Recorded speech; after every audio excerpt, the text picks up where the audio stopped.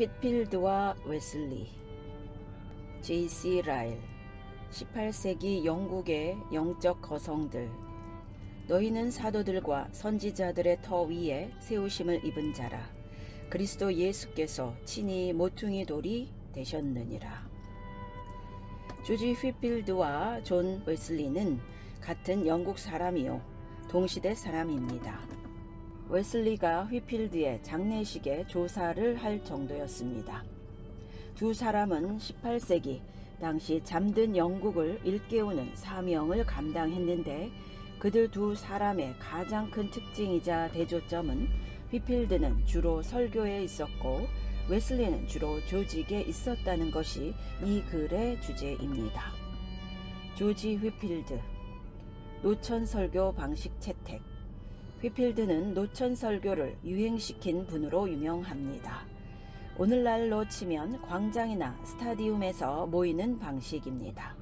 그 이유는 기존 교회가 그에게 강단을 내어주지 않았습니다.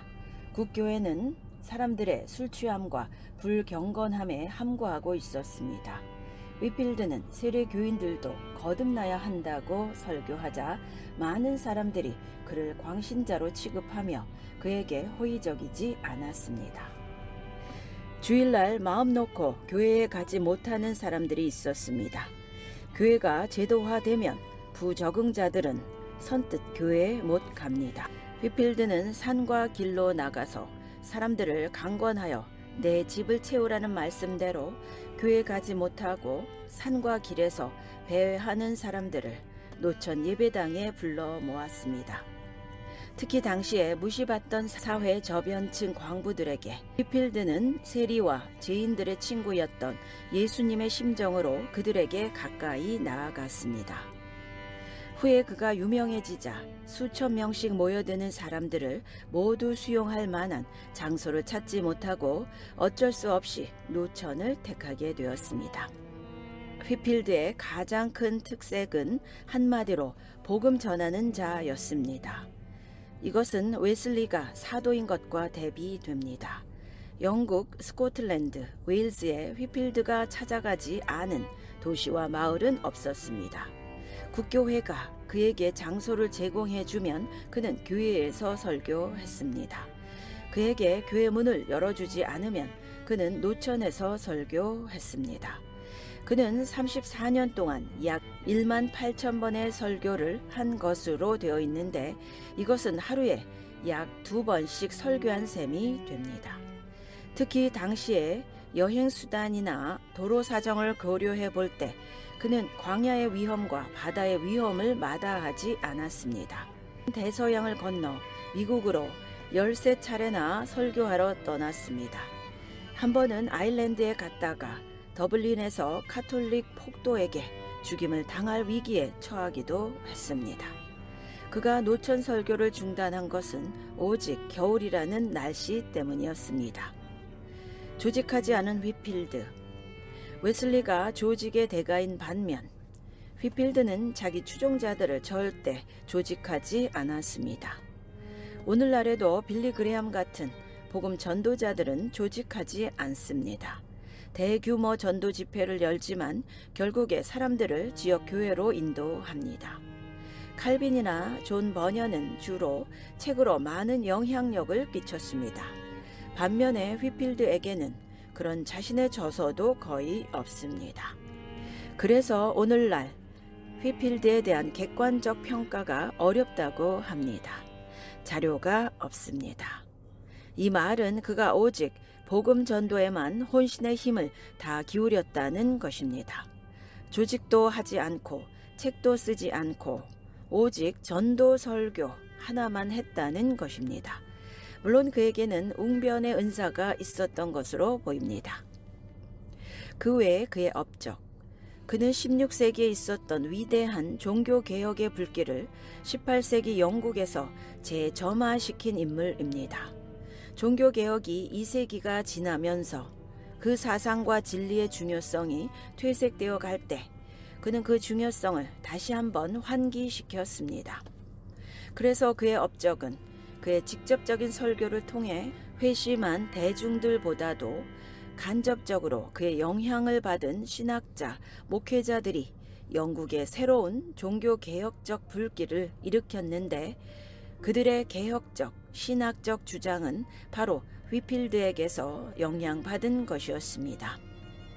이런 그의 간접 사역이 대중 전도라는 직접 사역보다 더 큰 영향을 미쳤다고 이 책의 저자는 말합니다. 가식 없는 눈물을 가진 뜨거운 마음, 그의 후반기 전도 여행에 수차례 동행했던 코넬리우스 윈터는 휘필드가 눈물을 흘리지 않고 설교를 마치는 경우를 거의 볼 수 없었다고 증언했습니다. 그의 설교에는 칼빈주의적인 논리만 있는 것이 아니었습니다. 초인적 열정, 이 점은 웨슬리와 또한 모든 대가들과 공통된 점입니다. 보통 헌신자들이 1년에 걸쳐서 할 일을 휘필드는 단 몇 주 만에 감당했습니다. 자기 부인과 겸손, 그는 개인적으로 쓰라고 들어온 7,000파운드를 거절한 적도 있었습니다. 재산을 모으려고 하지 않았습니다. 그는 웨슬리와 마찬가지로 자녀가 없어서 큰 재산도 필요 없었습니다. 한참 루터가 활동할 때 교황은 그에 대해 이 독일 동물은 금을 결코 사랑하지 않는다고 했는데 휘필드 역시 그런 청빈한 루터를 본받았습니다. 잘 알려진 일화로 어떤 신학 교수가 그에게 당신은 천국에서 웨슬리를 볼 것으로 생각하십니까? 묻자 당시 휘필드는 칼빈주의, 웨슬리는 그 반대를 전파한다고 소문났었습니다. 천국에서 웨슬리는 주님 가까이에 있고 저는 웨슬리와 너무 멀리 떨어져 있기 때문에 아마 그를 보지 못할 것입니다. 라고 대답할 만큼 겸손했습니다. 존 웨슬리, 조직의 대가. 그는 학창시절부터 홀리클럽을 만들어서 학생신앙 운동을 전개했습니다. 하나님이 주신 은사는 각자에게 다릅니다. 휘필드의 주 무기가 설교였다면 웨슬리의 주 무기는 조직이었습니다. 웨슬리가 설교를 영 못한 것은 아니었지만 진실한 마음의 설교가 늘 전달되었지만 웨슬리의 영향을 끼친 것은 설교보다는 조직을 통해서였습니다. 우리에게는 그가 말을 타고 수십만 마일을 여행하며 설교했다고 알려져 있습니다. 그러나 그가 휘필드와 다른 점은 그는 여행하면서 조직을 만들고 정비하는 일을 잊지 않았습니다. 관리와 운영은 웨슬리의 탁월한 점이었습니다. 조직의 대가였습니다. 웨슬리가 극심한 반대를 받은 것은 이런 조직력 때문이 가장 컸습니다. 국교회가 자기 세력을 점점 빼앗기니까 그를 극렬히 비난했습니다. 그는 추종자들을 묻고 그들 가운데 지도자를 세우고 그들의 은사를 발견해서 적절하게 사용하도록 인도하고 특히 그는 자기 은사에 집중하라는 말을 자주 했습니다. 그 당시에는 흔치 않던 말이었습니다. 이런 은사는 사도에 해당하는 부분입니다. 휘필드가 복음 전하는 자인 반면 웨슬리는 사도였던 것입니다. 동시대에 하나님은 여러 은사자들을 부르십니다. 그래서 웨슬리의 설교는 매우 단순했습니다. 그는 단순하고 소박한 진리만을 전했습니다. 또한 제자들에게도 설교 시간에 너무 소리를 지르지 말 것을 늘 당부했습니다. 그는 외치지 아니하며 이사야 42장 2절을 단골로 인용했다고 합니다. 알미니안이라는 비난, 이것은 한마디로 오해입니다. 웨슬리가 자유의지를 주장하기는 했지만 휘필드의 칼빈주의를 무시한 것은 아니었습니다. 그것을 다 믿고 거기에다 자유의지를 하나 더 보태서 전파한 것입니다. 그러니까 칼빈주의에 약간 부족한 점을 보완했다고 보면 됩니다. 메소디즘 전파, 그가 조직의 대가라는 점은 메소디즘에서도 잘 드러납니다. 메소디즘, 즉 감리라는 말은 방법론이란 뜻입니다. 그러니까 그는 어떤 목회 방법론, 매뉴얼을 간결하게 정리해서 제시했습니다.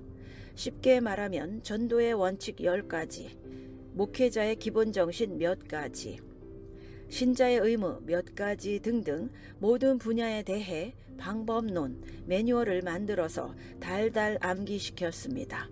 그래서 그것을 지키도록 훈련시켰습니다. 그냥 구역을 인도해라가 아니고 실제로 구역을 인도할 수 있는 지도자로서의 매뉴얼을 제시해 주었습니다.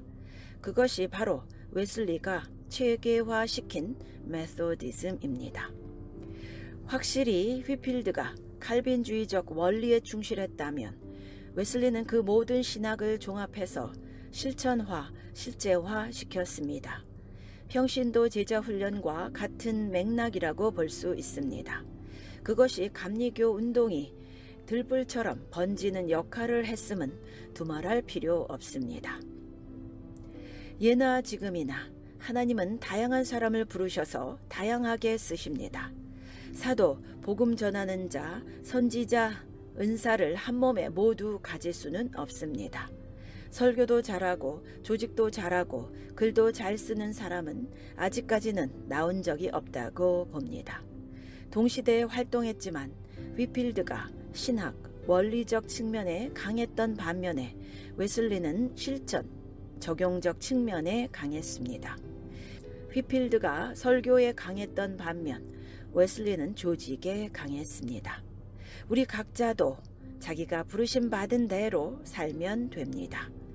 모든 분야를 다 잘 할 수는 없는 것입니다. 아멘.